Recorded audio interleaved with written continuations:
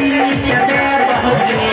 पायल झुमका हताली के छौली सच के कीनी के दे बहुगे के जिला सहरसा के छिए दे छौगा राइफल सट के चुमाले बहुगे